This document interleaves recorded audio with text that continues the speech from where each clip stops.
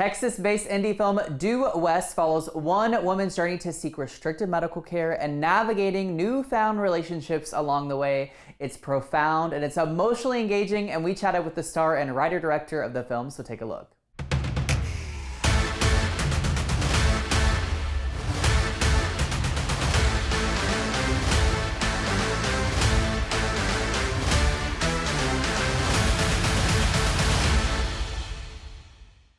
Joining me now from Due West are actress Adrianne Palicki and writer and director Evan Miller. I'm so excited you guys are here in our studio. How are you? Thank you. How are you doing? I'm good. So Evan, you are really the genius and the brainchild behind all of this. So where did the initial inspiration for this film stem from? Well, genius. Well, starting off, I like it. Okay. Yes.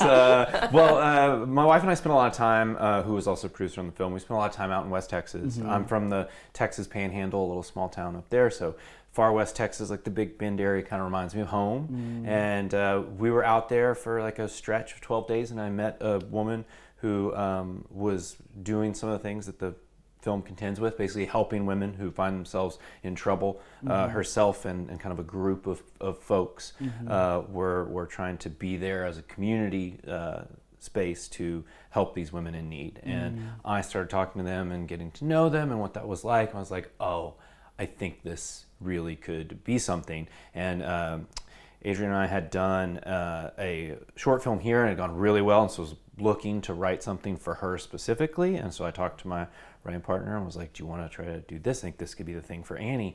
And so we went for it, and we wrote it, and then once we were done, showed up at her door and was like, would you take a look at this? And like that started that's how we're here, you know? He, also being one of my dearest friends, you know, he shows up at my house with a bottle of Tito's and script. He's like, I really hope that you like it and I hope you want to do it. I was like, I don't know why you were so nervous about it. I did take a few days though to call you because every time I started to talk about it, I got so emotional.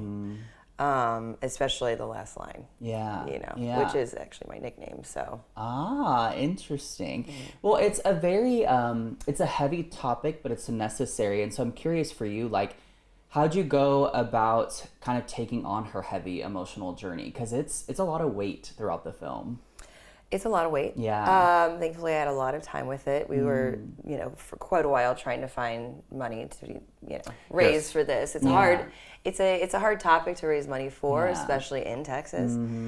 Well, and you were serving as producer as well, so like she was involved all the way through from that very beginning of giving the script. So like you felt like Evan and I against the world in some points, But I based her, I did a show called Friday Night Lights here in Austin, and I really thought of it as that's Tyra. If Tyra hadn't gone to college, where would she be? She might be working in a bar in West Texas.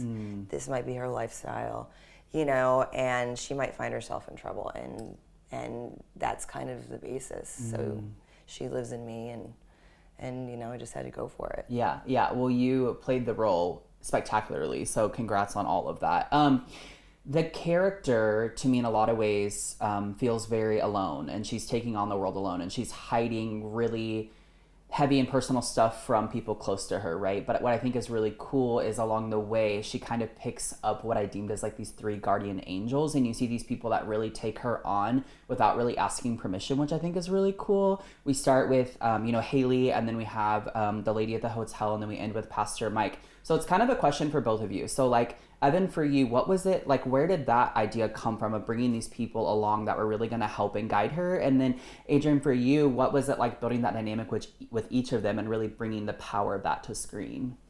Well, I guess I can jump in first. I mean, part of, in what I was saying earlier about meeting some people out there in West Texas doing this work, it was really important, even from the writing standpoint, to be like, okay, we're going to see the good and the bad of humanity, but where are the people who are going to, step up for this character and be those people who are going to help? Because, we have not a lot of hope a lot of times in the world now. Everybody's upset about something, or, where do we see the good things versus the bad fear-based things? And we were like, we need to be able to showcase that in these people.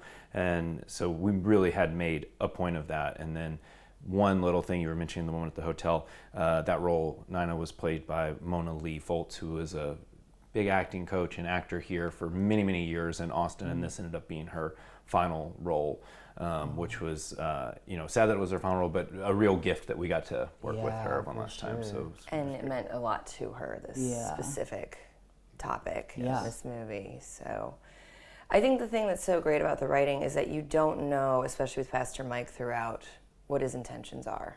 There can be like a little bit of a creepiness to him, and you don't kind of know also what she's trying to do. So I feel like there's just such an isolation, and you just get glimpses of her and her humanity based on these other characters coming in, helping her.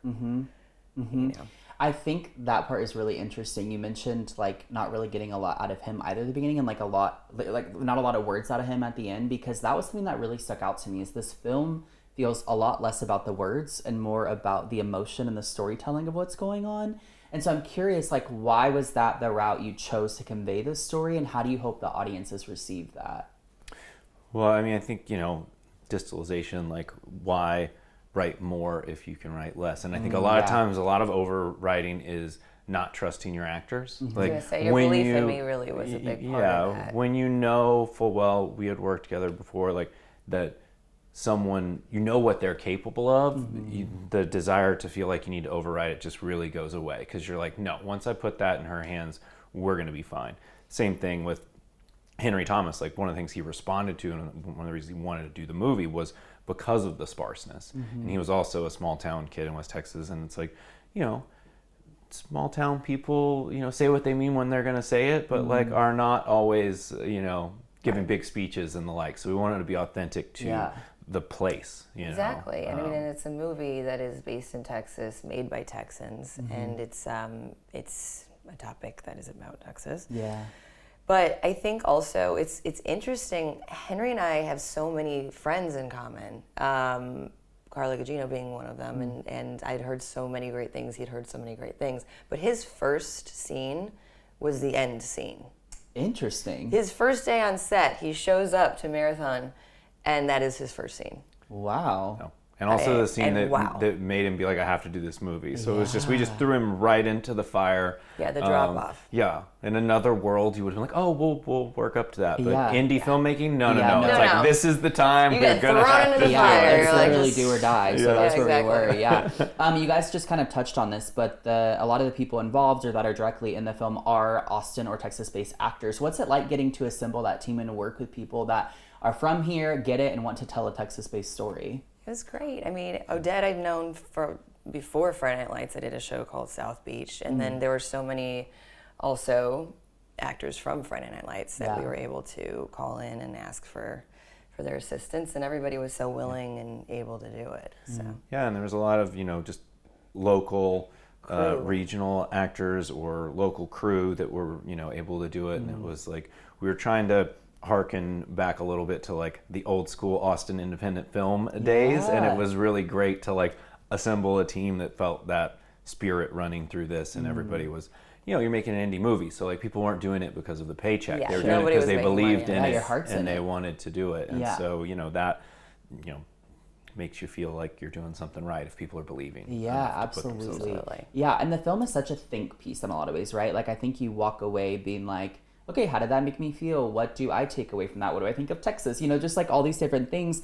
But also the story displayed is not a singular one, right? As you mentioned earlier, the women that you met in West Texas. So I'm curious, what do you guys hope the impact of this film is? Because there's a lot of heaviness, but there's a lot of good, I think, that can come from it as well. Well, I think the sparseness that you mentioned before, the benefit of that is it's a topic we're not trying to beat over people's heads. It's something that is genuinely throughout the film, but it's supposed to be a talking piece. It's supposed to be a conversation. It's supposed to open up conversations. And I will say that having gone to festivals and having played it in theaters and whatnot, people have come up to us on either side of the line and been like, I never thought of it like that.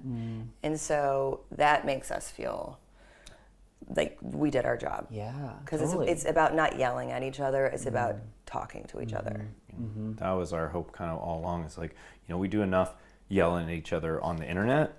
Right. Okay. Where we don't understand each other, and it's just like, you're wrong, I'm right, you're wrong, I'm right, all those kinds of things. And it was like, the beauty of cinema is that you can give a human experience and show what that is, and then trust your audience to say, hey, I'm going to show you that, and where you go from there, that's for you. You know, the point of art is to show, like, here's a human being doing a human, going through a human struggle, and we will, treat our audience like grown-ups. Yes, a human story, and that talks about community and the hope. Yeah, and we want people to see the human story and get a hold of it. So how can people see the film, and how can they be a part of it?